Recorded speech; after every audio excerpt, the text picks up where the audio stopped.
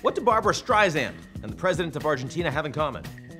They both have a flair for the dramatic, and they both have cloned their dogs.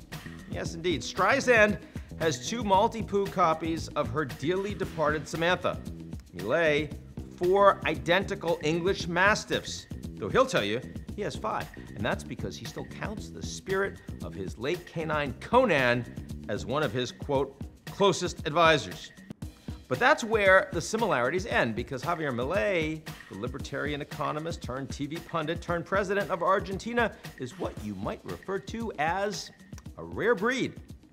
Calling him eccentric would be kind of like calling the Pacific Ocean substantial.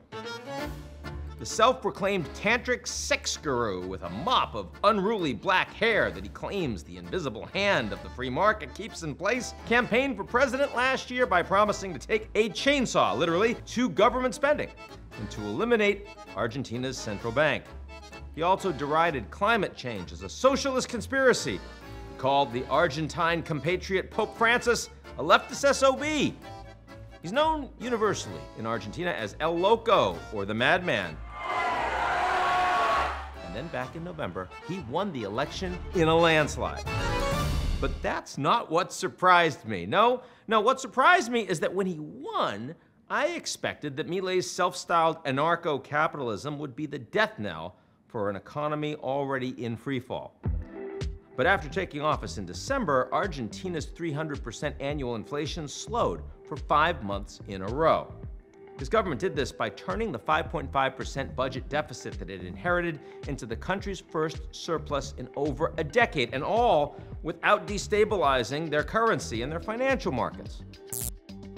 Now, while Milei's shock therapy has been successful at balancing the budget and slowing inflation, the fiscal and monetary austerity has caused a deep recession. There's no other way.